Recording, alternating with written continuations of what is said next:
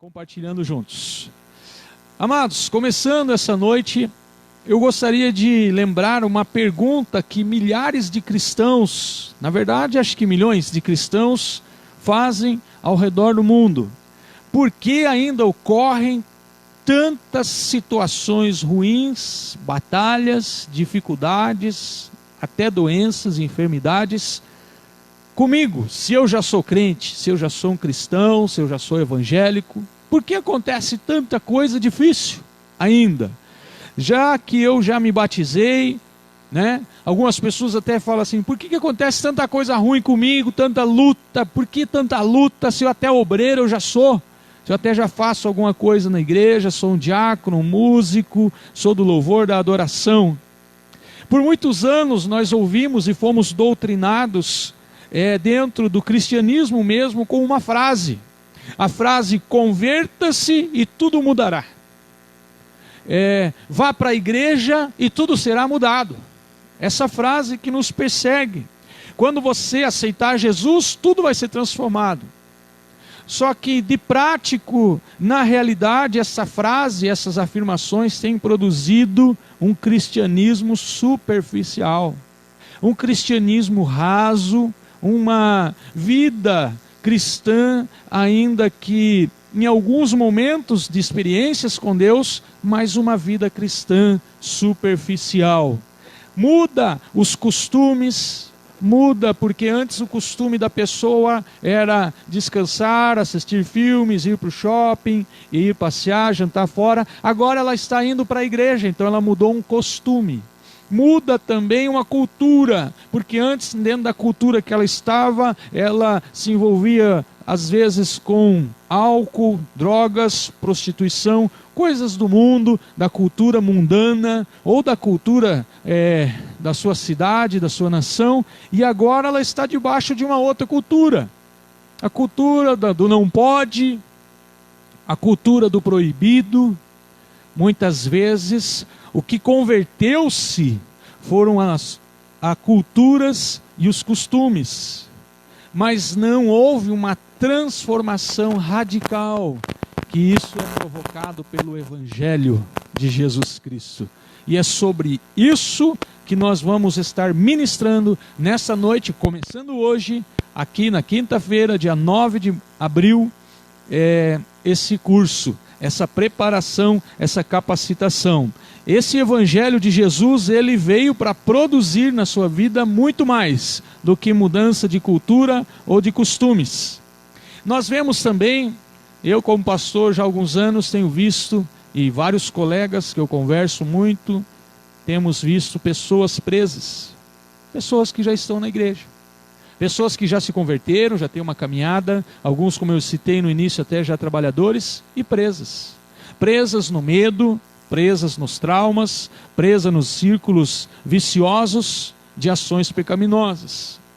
Pessoas aprisionadas em vícios habituais, aqueles vícios que já se tornaram um hábito. Aquele vício que já é hábito. E nós sabemos que para mudar um hábito, a gente precisa, assim como o vaso, ser quebrado, ser transformado pelo Espírito Santo, para que a gente possa adquirir novos hábitos. Pessoas que estão na igreja, mas têm padrões crônicos de imoralidade, padrões de sentimentos de culpa. Tudo se sente culpado, tudo se sente que ele é o menor, que ele está errado, que ele é o culpado, a culpada. Religiosidade também, a gente vê isso na igreja. Não que religião seja pecado, mas aquele espírito de religiosidade. Eu tenho que ir para a igreja, eu tenho que ser dizimista, eu tenho que isso e aquilo. Isso é um tipo de um peso que muitas vezes é colocado, nós mesmos acabamos nos colocando nesta posição. Preconceitos religiosos, só esta religião salva, só a minha igreja é a certa, só este pastor, só aquela pastora.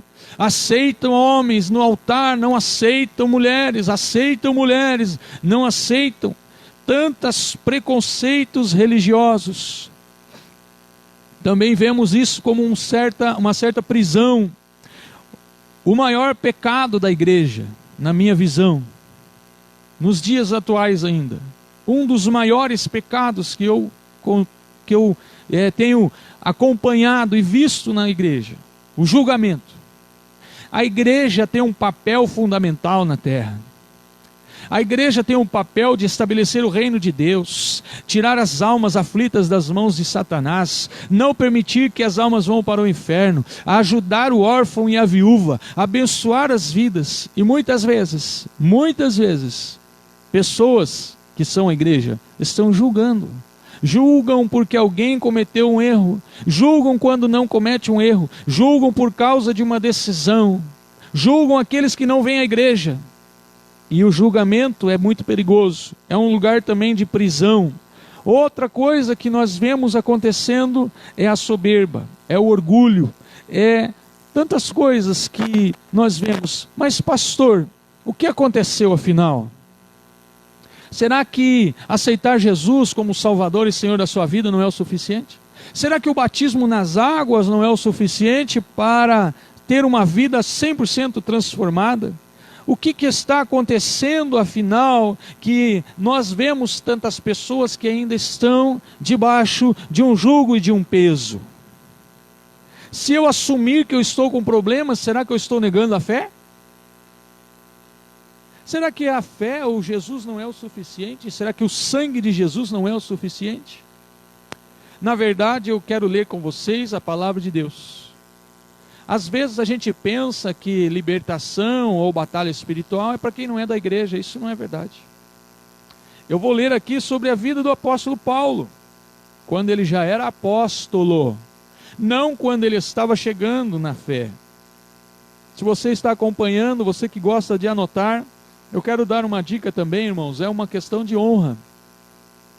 Sempre que você, mesmo que você vai fazer um curso online, como essa transmissão que estamos fazendo, vamos gerar um curso dessas transmissões, dessa escola, assista com um caderno, um lápis nas mãos, numa posição que você esteja não tão confortável para cair no sono, mas também possa estar acompanhando e anotando aquilo que o Espírito de Deus vai trazer revelação sobre a sua vida.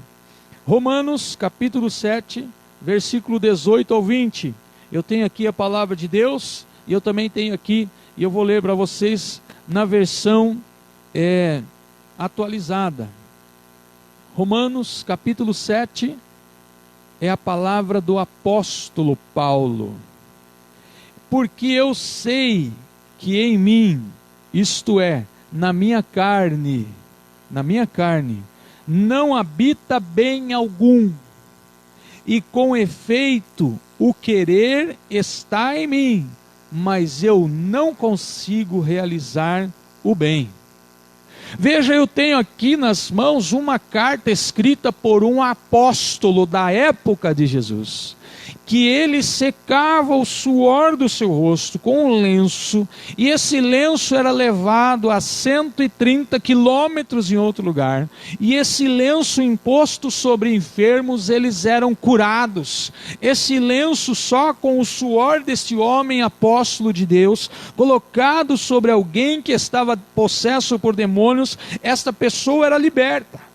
E esse apóstolo de Jesus, esse homem de Deus, cheio do Espírito Santo, declara: o bem que eu quero, não consigo fazer.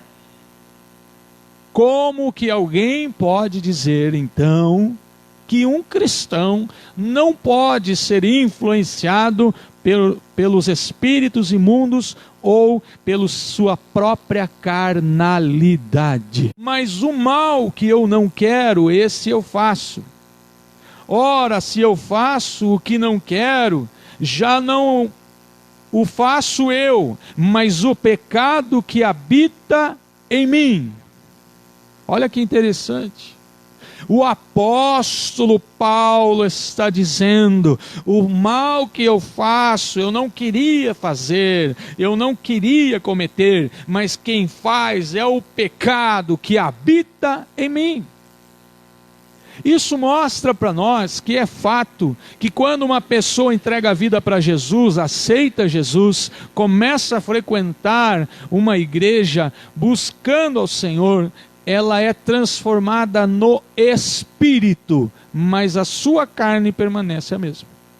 Até que a sua carnalidade, as suas emoções, a sua alma seja transformada, existe um processo que também pode acontecer imediatamente. Eu conheço pessoas, certa vez atendemos um homem alcoolizado, completamente tomado pelo álcool, e aquele homem, ele chegou no lugar onde nós estávamos ali adorando a Jesus, e ele estava alcoolizado, e de repente o Espírito de Deus caiu sobre ele, ele entregou a sua vida a Jesus, ele foi curado do porre, da bebedeira, ele foi liberto naquele momento dos demônios, e ele começou a orar em línguas, adorando ao Senhor e profetizando, isso tudo de forma instantânea. Agora, todo mundo é assim? Talvez com você não tenha sido assim. Talvez você ainda está na luta como o apóstolo São Paulo, ainda está na batalha, ainda está declarando: o bem que eu quero eu não consigo fazer, mas o mal habita em mim através do pecado.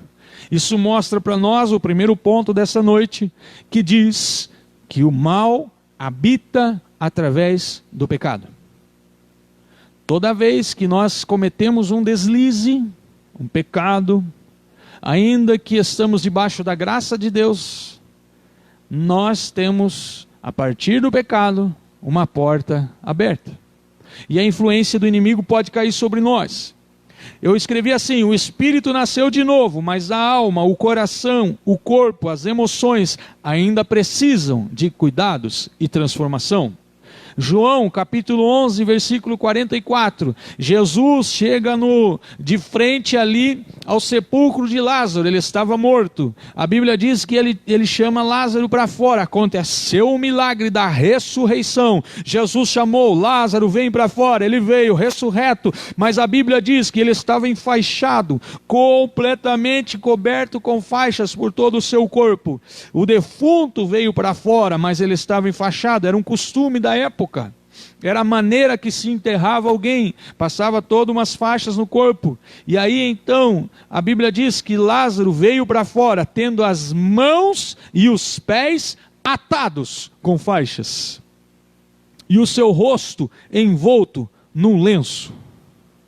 Agora, algo que me chama a atenção, algo que eu aprendi através do ministério Ágape, da doutora Neuza Tioca, algo que não foi Jesus quem tirou o lenço do rosto de Lázaro, e nem quem tirou as faixas. Jesus disse: desligai-o e deixai-o ir.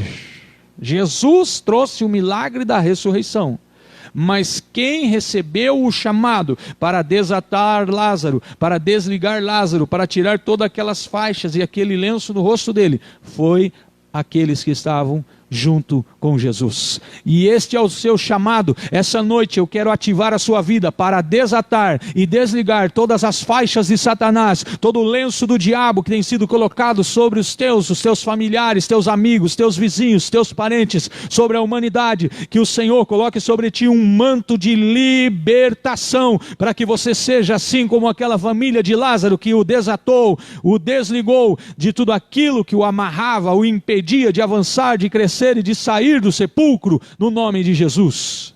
Aleluia, no nome de Jesus. Agora, o segundo ponto que eu gostaria de compartilhar contigo nessa noite: quais são as fontes? Você que está anotando, lembre de escrever. Quais são as fontes de aprisionamento? Como que uma pessoa fica aprisionada, atada, enfaixada, enroscada, que ela não consegue avançar? Primeiro, pecados habituais. Pecados habituais. Cada um de nós tem uma área, um setor, uma área da sua vida, onde o diabo sabe que você é mais propenso a cair nas armadilhas de Satanás. Cada um de nós. Seja na gula, seja no sexo, na pornografia, seja na mentira. Quer ver uma área? Uma das áreas que é hábito, se torna hábito. Quando a gente vê, já está falando. É a fofoca. Pastor, o que é fofoca? Fofoca é falar de alguém que não está presente. Isso é fofoca. Ah, mas eu estou falando com alguém sobre a Maria. Preste atenção no seu dia a dia, observe. Se você agora está falando sobre a Maria, dali a pouco vai encontrar outra pessoa e começa a falar da Joana. Dali a pouco encontra outra pessoa e começa a falar do José. Daqui a pouco outra pessoa e começa a falar de Joaquim. Isto significa que você no seu dia está debaixo do hábito de falar dos outros. Observe o seu dia, faça uma autoanálise. São pecados habituais. Lascívia, o gosto pelas coisas do mundo, o entretenimento excessivo, tantas coisas, poder, dinheiro. Ah, eu trabalho, eu ganho dinheiro, quero ganhar mais, quero ganhar mais, quero ganhar mais, quero ganhar mais. É um hábito, se tornou um hábito, a ganância. Querer ter sucesso na vida, querer crescer, querer avançar, isso é a vontade de Deus. Se você olhar a natureza, nada é parado, tudo está em movimento. Deus fez você e eu para estarmos em movimento, para estarmos crescendo, avançando, rompendo barreiras, destruindo. Essa noite, em nome de Jesus, eu vejo alguém que quer entrar na universidade, e o Senhor vai te dar, mas você precisa mudar os teus hábitos. Por quê? Porque você está debaixo de um hábito pecaminoso. Por exemplo, um hábito pecaminoso que a gente acostuma, principalmente na quarentena, preguiça. Preguiça, né? É tão gostoso ficar na cama, é tão gostoso trabalhar de casa às vezes, é tão gostoso a gente não ter horário, mas isso pode dar um problema, isso pode gerar um hábito que depois eu vou ter que lutar com isso, para mim estar liberto dessas coisas. Outra fonte de aprisionamento, comportamentos imorais. Todo comportamento imoral é uma fonte de prisão na vida cristã, e precisa ser combatido. Se você tem muitas pessoas dentro do seu ciclo de relacionamento, que trazem imoralidade para a sua vida, cuidado, porque são armadilhas. Imagine que você está no meio de uma guerra, e você é o troféu, você é o diamante mais valioso que Deus está querendo para ele, afinal foi ele que fez. Satanás tem lá a seu favor um exército de demônios e de pessoas endemoninhadas, influenciadas por Satanás para atrapalhar a sua vida. E aí você está começando a andar com Deus, você está na igreja, você até se envolve com o trabalho, atividades tanto na igreja quanto fora, atividades sociais, ação social, enfim, você está desenvolvendo o seu ministério. O diabo começa a ver você avançando, crescendo, o que ele faz? Ele levanta aquelas pessoas que têm uma certa influência sobre a sua vida, amizades do passado, pessoas que você se relacionou antes, círculos de amizades anteriores a você se converter. Ele vai e ele lança na mente daquelas pessoas, olha, manda esse vídeo, manda essa foto, manda essa ideia, compartilha com fulano. Por quê? Porque Satanás está armando para você, porque ele quer você aprisionado de volta no comportamento da imoralidade. Isso precisa ser cuidado, é uma fonte de prisão. Outra fonte de prisão, a debilidade do caráter. É o caráter, quando a gente tem uma certa debilidade, a gente pode cair numa prisão.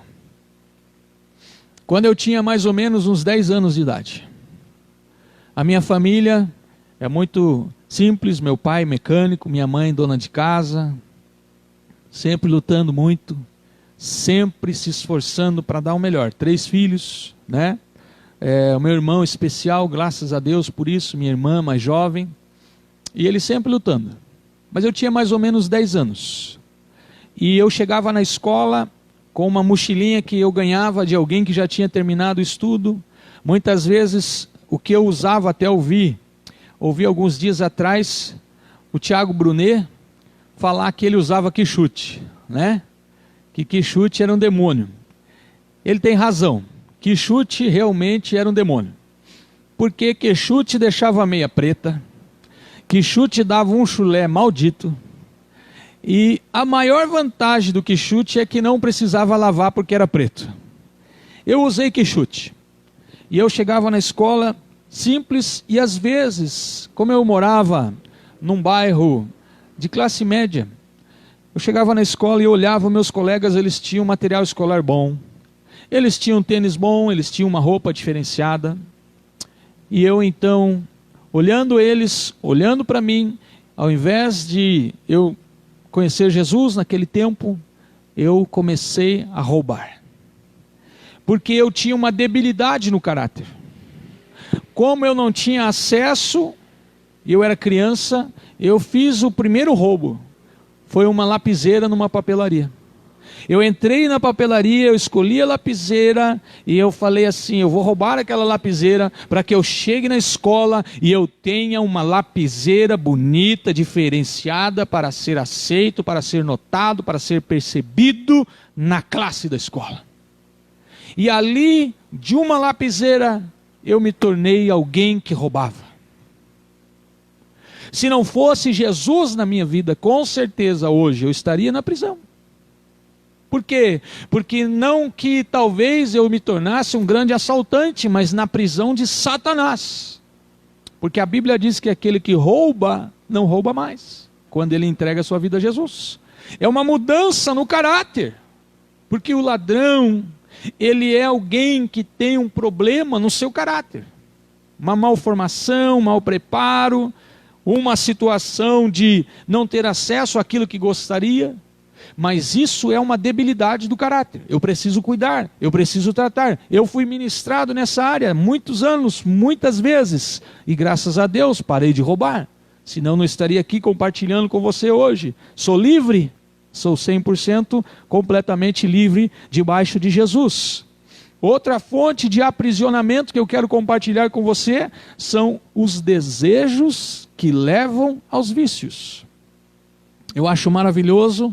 Outro dia ainda atendendo alguém que teve problemas com álcool, eu fiquei assim, que inveja santa. A pessoa disse assim para mim, sabe pastor, quando eu bebia, eu gostava. Quando eu aceitei Jesus, me batizei, recebi oração na igreja, eu fiquei livre. E eu não tenho vontade de beber. Eu falei, nossa, que bênção para você. Que bom, fiquei com inveja santa de você. Por quê? Porque eu parei de beber há muitos anos. Eu saí do vício do álcool há muitos anos. Mas a questão do desejo permanece. E para muitas pessoas que eu atendo, permanece o desejo da bebida. Permanece. Ah, pastor, mas como assim permanece o desejo? Outro dia estava conversando com alguém que me disse assim, não, mas eu sou cristão e eu também tenho desejo, daí eu vou lá e tomo cerveja sem álcool. Olha só, então é para provar que o desejo ainda está tão forte que precisa ter o acesso ao líquido, nesse caso a cerveja sem álcool. Isso quer dizer o que para nós? Quer dizer que os desejos viciantes e viciosos, como a maconha, a cocaína, a heroína, a pornografia, são coisas que são fontes de aprisionamento. Precisamos observar essas coisas na nossa vida e também preparar pessoas para olhar para isso. Outra coisa que é uma fonte de aprisionamento é a falta de controle. Domínio próprio. Quantas vezes eu atendi mães que elas perderam o controle sobre seus filhos. Por quê? Porque perderam a cabeça. Bateram na cara dos seus filhos. Bateram mesmo, bateram na cara dos filhos. Ofenderam os filhos, bateram nas emoções dos filhos de forma demasiada. Pais também que abandonaram o relacionamento. Esse aí eu já desisti, pastor, porque não quer nada com nada. Isso é uma demonstração de descontrole. É uma fonte também de aprisionamento. Outra fonte de aprisionamento são atitudes de arrogância. Ah, eu já sei. Ah, eu já ouvi isso. Ah, eu já conheço. Ah, eu já entendo. Ah, eu já sei como que funciona. Nós vivemos num mundo que se eu não estiver errado, a Terra gira a cada 24 horas. E a gente, por atitudes de arrogância, não percebe o quanto poderíamos ir mais além, aprendendo, mesmo com aquilo que nós já vimos. Quer ver um exemplo? Você pega a Bíblia Sagrada e fala assim, vamos ler o Salmo 91. Automaticamente vem na nossa mente, Salmo 91 eu já decorei na escola bíblica, já conheço. E aí eu te pergunto, você vive? Você vive de fato à sombra do Onipotente? Aquele que está com todo o poder? Realmente a sua vida é 100% tempo integral debaixo das asas do Criador dos céus e da terra?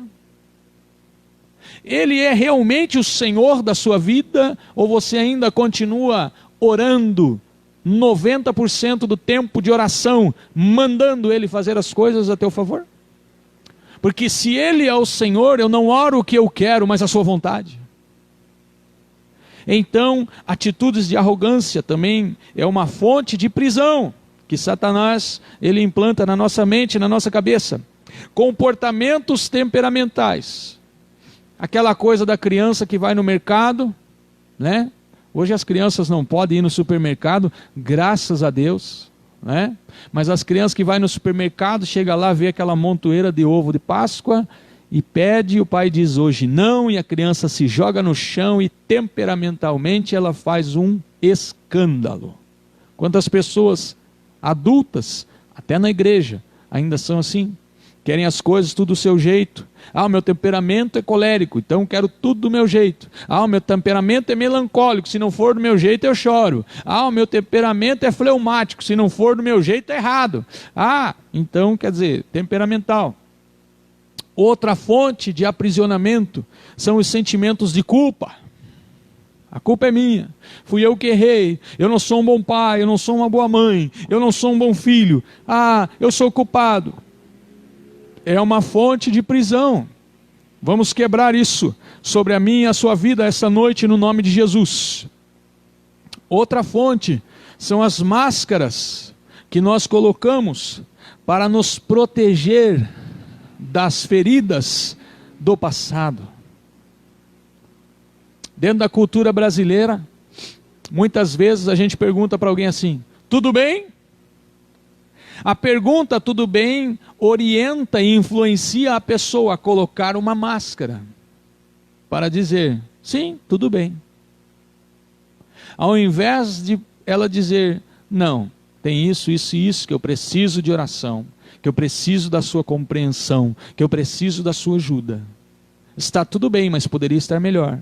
Nesse aspecto, nessa área, nesse sentido. São máscaras que nós colocamos. Às vezes alguém pergunta, como que foi lá naquele tempo? A gente quer se proteger, a gente não pensa, a gente não volta, a gente não resolve, a gente fica se mascarando. Isso é uma fonte de aprisionamento.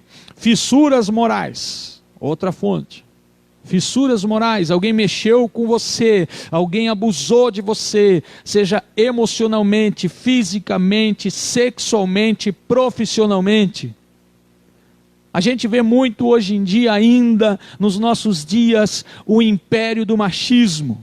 Mulheres, crianças, meninas que são, de certa forma, sofrem fissuras morais porque são meninas. São moças, são mulheres, menosprezadas pela sociedade. Isso abre fissuras morais, e as fissuras morais também causam aprisionamento. Medos excessivos, medos. Vários, podemos falar aqui de tantos medos, né? Medo que vai morrer. O medo eu nunca vi, como nos dias de hoje. O império a indústria do medo fabricando medo. Aliás, tem alguns canais de comunicação que são inimigos de Deus, porque fabricam o medo nos dias de hoje. fabricam o medo. Sendo que quando eu me submeto e olho para esta palavra, eu entendo que aqui está a verdadeira, perfeita vontade de Deus, e ela me encoraja a enfrentar e vencer todos os inimigos que se levantam contra mim, sempre dependendo de Deus. Claro que não é para você sair de casa abusando, mas você precisa vencer o medo. Outra fonte de aprisionamento: traumas emocionais. Traumas emocionais.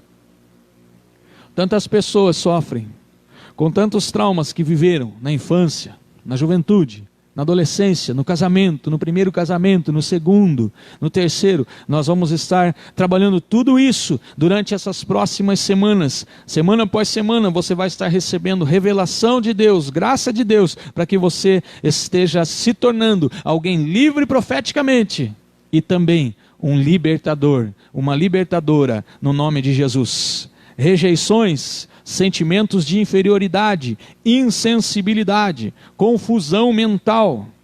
É interessante, algumas vezes nós vemos pessoas equilibradas. Outro dia, um tempo atrás, atendi um senhor que ele estava bem. Ele conversava comigo num tom de voz normal, parecia uma pessoa 100% normal. E de repente eu toquei num assunto dirigido por Deus, que mexeu com as emoções dele. E ele começou a erguer o tom de voz. E ele começou a falar umas coisas que não faziam muito sentido. E ele olhou para mim e ele acabou me dando tchau e foi embora. E depois, conversando com alguém da família, aquele homem ele toma 4 medicamentos controlados por dia. Porque ele está vivendo um tempo de confusão mental. E era um cristão. Diácono, estava na igreja, mas infelizmente adoeceu. E aí a gente pode ver essas fontes de aprisionamento. Não é toda pessoa, eu quero deixar claro, não é toda pessoa que tem uma enfermidade, uma doença, que tem um demônio. Não é isso. Mas todo demônio pode colocar doenças na vida das pessoas. Outra fonte de prisão são os pensamentos viciados. A pessoa ela está tão viciada a pensar da mesma maneira que ela não consegue pensar fora da caixa. Ela não consegue se abrir para coisas novas. Ela não consegue nem ver as revelações da Bíblia. Você sabe que a palavra de Deus, se a gente olhar para o ministério de Jesus, a Bíblia diz que Jesus ensinava em parábolas. E os discípulos, apóstolos que andavam com ele, depois que ele terminava o ensino, chamavam ele à parte e diziam: mestre, explica-nos o que você falou lá para aquele povo, que nós que somos teus discípulos não entendemos nada. Se um apóstolo, Pedro, Tiago, João, Bartolomeu, não entendia o que Jesus falava, quanto mais a gente acha que entende tudo.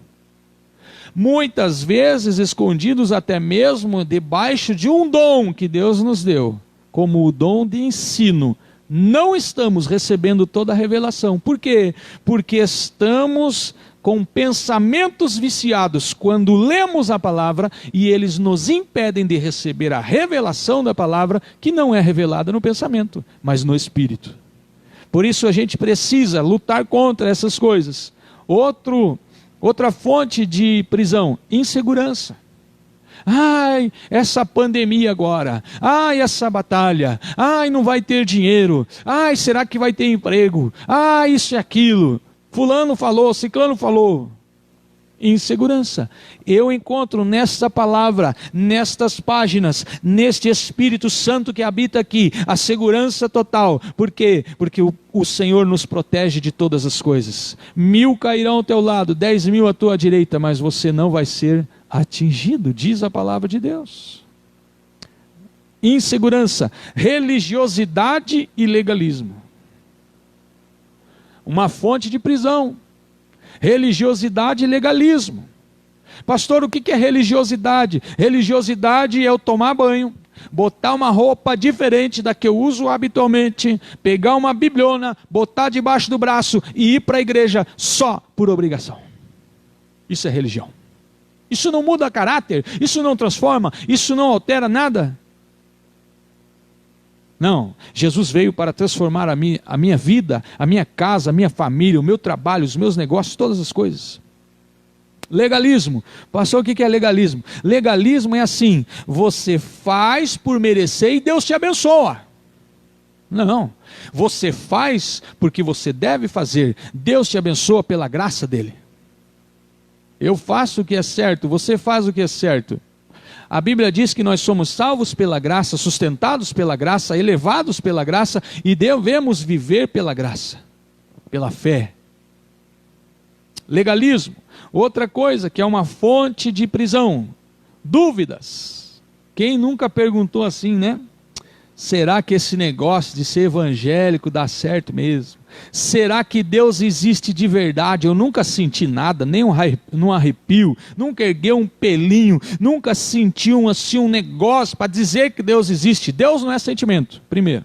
Né? Mas vamos pensar, mas quem nunca pensou, será que lá na igreja não é só para dar dinheiro para isso, para aquilo? Será que não é só uma manipulação? Será? Todo mundo já pensou sobre isso. Dúvidas. Dúvidas são fontes de cadeias espirituais. Obsessões. Eu quero muito uma coisa, um cargo, uma função, um reconhecimento. Obsessões, né? Quero muito aquela pessoa, eu quero muito aquele veículo, eu quero muito aquela marca, eu quero muito aquela função. Obsessões são fontes de cadeias. Hostilidade, ansiedade e fantasias. Fantasias. Existe um demônio chamado Lilith, que influencia nas emoções, na mente, nos pensamentos e principalmente nas fantasias. Fantasias. Fantasias amorosas, emocionais, fantasias físicas, corporais, sexuais. Ele influencia forte nessas áreas. Isso gera prisões. Outra fonte, nós já estamos indo para finalmente aqui nessa noite, são as recordações amargas que trazem culpa e acusação. Recordações amargas, como eu compartilhei aqui, que quando eu tinha 10 anos eu fui lá na papelaria e roubei a lapiseira. Isso é uma recordação que poderia me trazer culpa, poderia me trazer vergonha, mas pelo nome de Jesus, como eu sou liberto, eu tenho liberdade de compartilhar e testemunhar o que Deus fez na minha vida. Aleluia. Opressão espiritual. Satanás conhece o plano de Deus na sua vida. Satanás sabe, não conhece o plano todo, mas ele sabe que Deus tem um propósito na sua vida. Satanás sabe o potencial que Deus pode fazer através da sua vida, e por isso ele quer colocar e fica colocando opressão sobre você. Mas eu profetizo e eu oro pela sua vida, pela sua casa, que toda opressão espiritual está quebrada agora em nome de Jesus. No nome de Jesus. E por fim,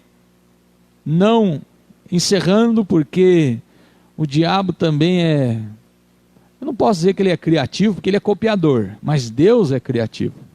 E todas as coisas que Deus cria, Satanás quer copiar. Então, não terminando essa lista de prisões, mas uma das causas também pode ser o envolvimento voluntário ou involuntário com o mal. Às vezes a gente atende pessoas que vêm à igreja e nunca fizeram coisas erradas, graves. A Bíblia diz que aquele que não tem pecado é mentiroso, então claro que é pecador, né? Mas a gente atende uma pessoa, ela fala: pastor, não sei porquê, a minha empresa não vai, meu trabalho não vai, meu casamento não vai, tem isso, está travado, parece que o meu nome está lá no cemitério. E aí quando a pessoa diz assim, E você, algum dia, deu uma peça de roupa, deu um fio de cabelo, deu um presente, alguém entrou na sua casa, pediu um objeto teu para levar num lugar, para abençoar você. Alguma vez você fez isso? E quantas vezes, nesses anos que eu trabalho na área de libertação, eu ouvi pessoas dizendo: uma vez eu dei um boné, o cara pediu, o irmão lá da fulana, o primo da cunhada da vizinha pediu que ele ia levar no monte, ele ia levar na cachoeira, ele ia levar não sei aonde, ele ia levar no mesa branca, e aquilo foi levado, e às vezes aquilo pode ter sido lançado numa mata, né? Uma vez eu lembro de alguém que Deus mostrou um sapo, e na boca do sapo estava costurado com ali aqueles alfinetes, um papel, e junto com o papel tinha um pedaço de tecido, e lá no meio tinha o nome de 2 pessoas, e aquela família estava amarrada. Ou seja, houve um envolvimento involuntário com o mal, com o diabo, com as coisas malignas. Isso também é uma fonte de aprisionamento. Isaías 42, 22. Eu vou ler para você a palavra de Deus.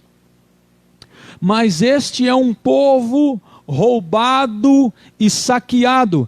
Está falando do povo de Deus. Todos estão enlaçados em cavernas, escondidos nas casas dos cárceres. São postos por presa, e ninguém há que os livre.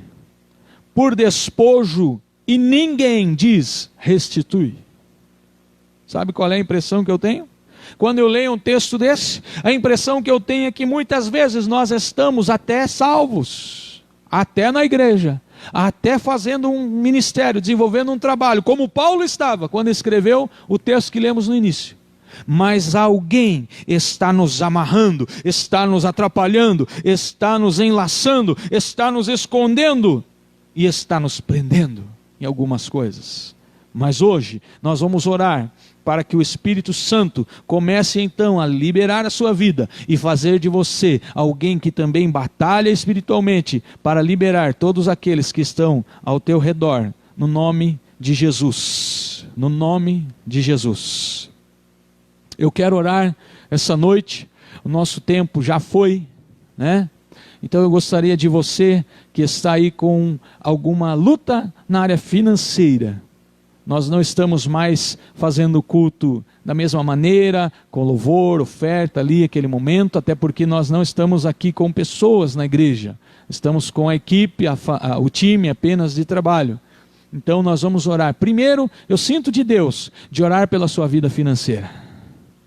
Eu, enquanto pastor, eu quero determinar que nenhum tipo de problema financeiro virá sobre a sua vida.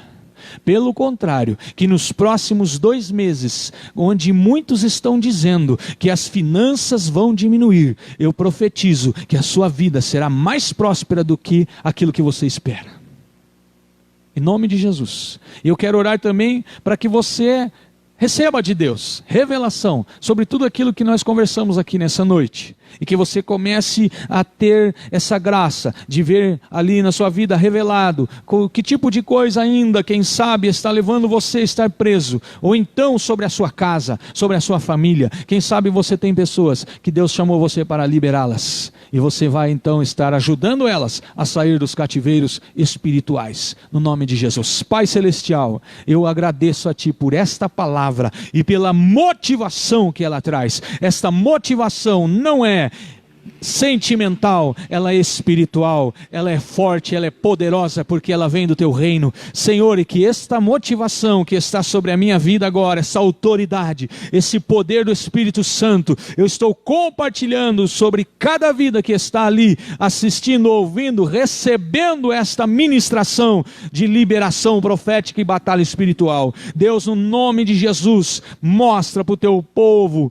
tudo aquilo que o inimigo ainda tem ali apreendido, segurado, amarrado à vida de cada um. Mostra para os Teus filhinhos, Senhor, e libera cada um que está conosco no nome de Jesus. Deus, envia os Teus anjos ministradores para discipular, para tirar, Senhor, todo o peso, toda a opressão, toda cadeia espiritual que está sobre estas vidas e sobre os seus, no nome de Jesus. Deus, eu também oro transferindo a autoridade do nome de Jesus e o poder do Espírito Santo sobre cada vida que nos assiste e nos ouve agora, para que se tornem também batalhadores espirituais e venham a vencer toda a hoste do diabo, no nome de Jesus. Eu profetizo sobre a vida financeira do teu povo, conforme eu já disse, que nos próximos tempos serão tempos de abundância, de prosperidade, de enriquecimento, de graça do céu, e que nada venha faltar. Pelo contrário, que o teu povo ainda possa semear e investir na vida daqueles que vão precisar nos próximos tempos. Deus, nós oramos também contra o Covid-19, contra esta pandemia, contra o medo, contra, Senhor, toda essa guerra que está na terra implantada, ó Deus, por Satanás. E nós resistimos e profetizamos que o Senhor é o Rei do Brasil, o Rei da terra, e que não há outro além de ti, e que todo o mal estará caindo por terra e haverá um poderoso avivamento no nome de Jesus. No nome de Jesus. Aleluia. Louvado seja o nosso Rei da glória.